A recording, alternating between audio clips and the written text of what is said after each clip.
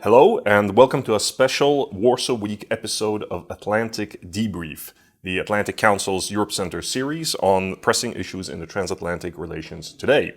This week, we have been celebrating Warsaw Week, which is a week-long series of programming on the ground in Warsaw, available virtually and to our international audience, dedicated to highlighting the importance of the US-Polish relationship and Poland's role in Europe and beyond.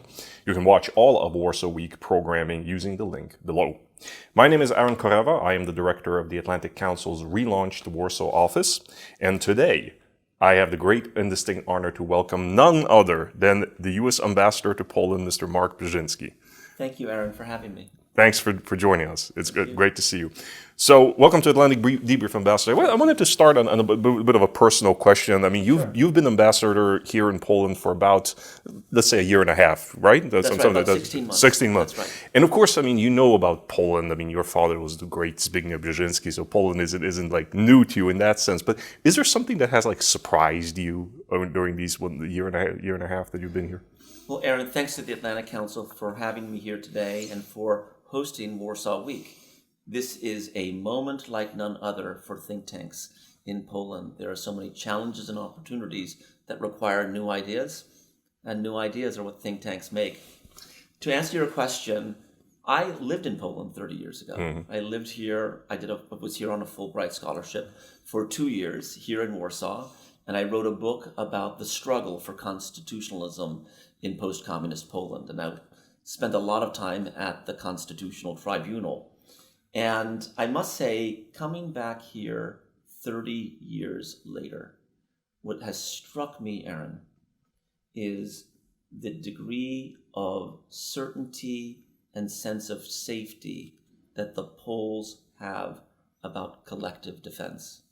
When I was here 30 years ago, you could still hear Soviet troops on their morning jogs around Krakow, singing their songs. Wow. Today, 30 years later, there's a crisis immediately to the east, but Poland is part of a collective defense alliance that they know works, and that's the NATO alliance.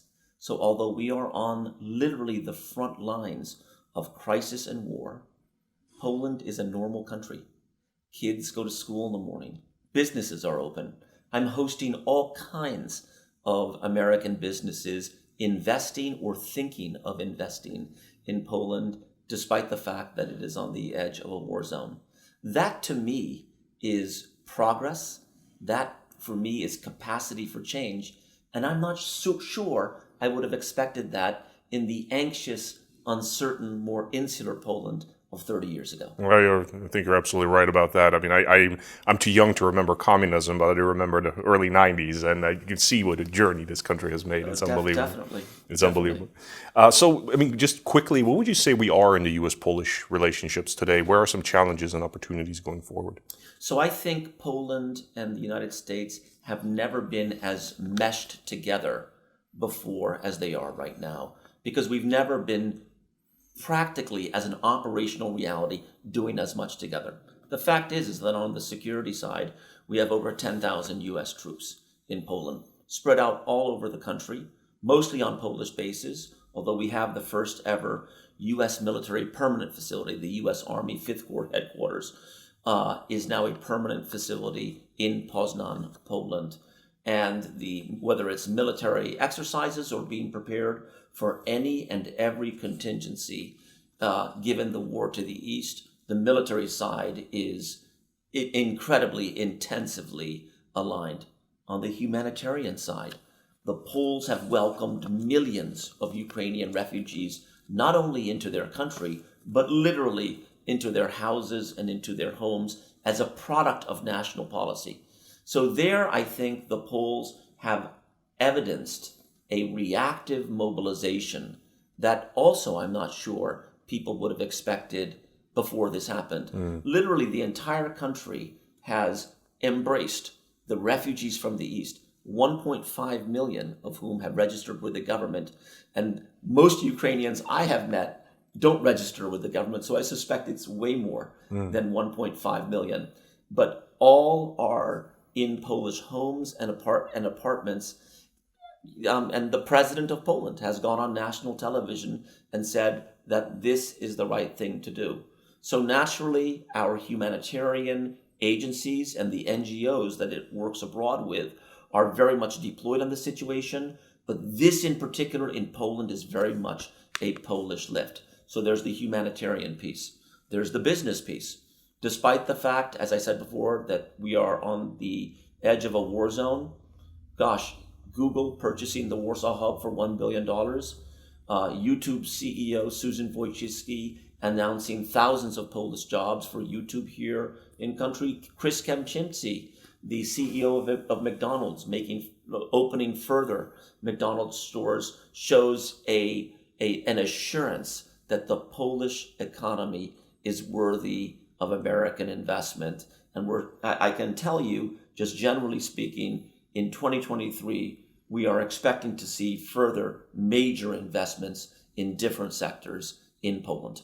And so the business to business piece is very much aligned.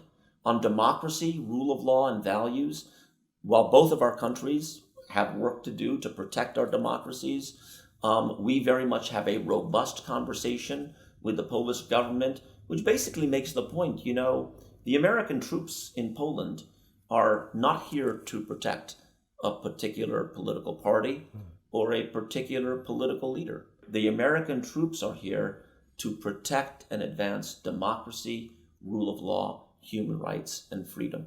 And that point is not lost on the Duda administration.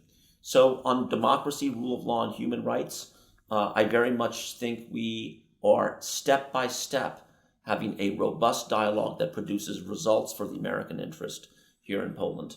And so we have a rigorous engagement with the Poles right now that continues despite the fact that there are challenges, especially pertaining to the crisis in Ukraine. Absolutely. I mean, of course, the war in Ukraine, the Russian unprovoked invasion of Ukraine is, I believe, the most important conflict in Europe right now since World War II. I mean, It is. It is because we don't know what Putin will do next. So we have to be ready all across NATO for every contingency. Two, because we are supporting the Ukrainians as they successfully push back the Russian attackers, and our tactics are changing as Russian tactics are changing. Witness the president's recent announcement regarding training of F-16 pilots. But even going back to the beginning of the war, we first started by providing javelins to the Ukrainians, then HIMARS, and then tanks. And so the tactics, there's a dynamic quality to the tactical support. And again, the Ukrainians are winning. And ultimately, I feel that when the Ukrainian people win in pushing the Russians out of Ukraine, there will be a transformational moment, both in terms of an endorsement of political democracy and free market economy that will be like one of a kind you see in 100 years in the heart of Central Europe, but the rebuilding and modernization of Ukraine and will have itself a catalytic effect. What do I mean by that? What I mean is 30 years ago, Aaron, when the Soviet bloc collapsed, 26 countries emerged from it, and some have been successful, like Poland and the Baltic states, and some have had a tougher start and were weaker and more victimizable. Ukraine, Moldova, and were victimized, as you can see, by Putin.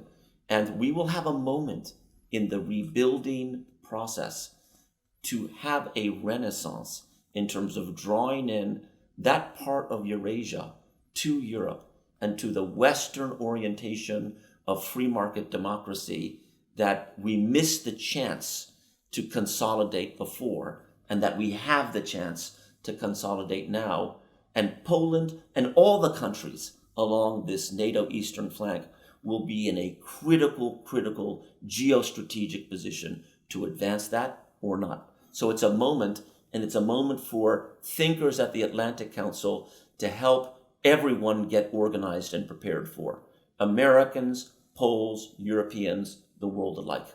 Absolutely. I mean, you were we've had a great Warsaw Week, and you were so generous to come and join us at the kickoff of Warsaw Week, of course. And in Thank that you so much speech, for inviting me. of course, and in that speech, you mentioned this great opportunity that is ahead of us, and you mentioned importance of strategic planning as well. right. That's right. Yeah. And so I was wondering, like, so in that, and you've touched on it already, but like, what role do you think Poland can play in this reconstruction and transformation of Ukraine that we're going to have to see going forward? Well, thank you, Aaron, for that question. And you probably remember that in my opening speech for Warsaw Week for Atlantic Council, I quoted my late father, Zbigniew Brzezinski, who always used to tell his kids, Ian, Mika, and myself, you guys need to engage in strategic planning.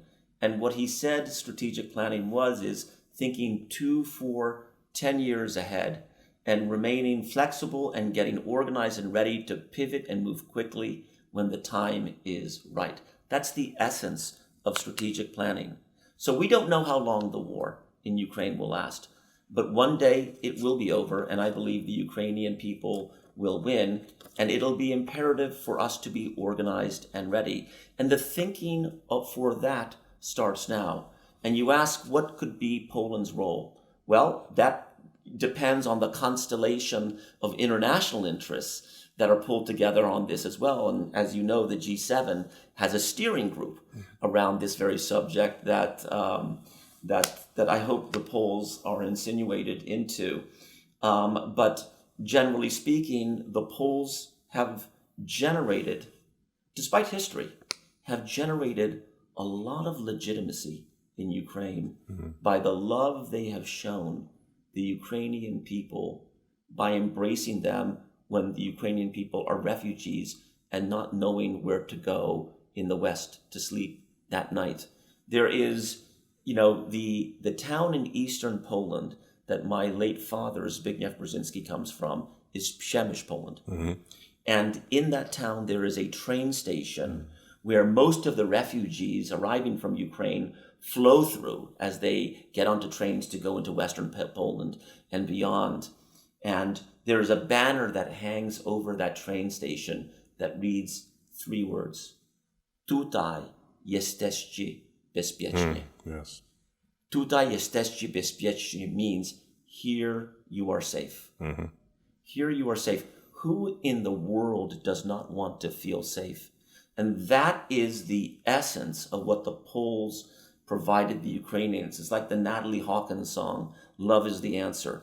The Poles have extended love, and the Ukrainians will not forget that. And that legitimacy will be important, will be an important icebreaker and door opener when there is a rebuilding and transformation. But there will be a role, of course, for the international community because it will cost a lot of money. Some of the World Bank estimates show the cost of rebuilding Ukraine being quite into the hundreds of billions of dollars. This is infrastructure and contracting at European prices. But whether it's construction or logistics or transportation or healthcare, the Polish people and their business community, I feel, could offer a lot. Just let me give you an example. Budimex is Poland's infrastructure company. And that's around 55,000 employees, roughly speaking, in Poland. 1/4 of Budimex's 55,000 employees are Ukrainian. That could be relevant. I'm not saying it is, but that could be relevant for a rebuilding plan. That's a great concrete example. And thank you so much, Ambassador, for your time. That's all we have time for today. Thank you for having It's me. been great. It's been great to have you. And thank you for joining us for Atlantic Debrief. You can follow more of our work using on the Twitter at AC Europe. And you can also use the hashtag Warsaw Week to check out more of our programming.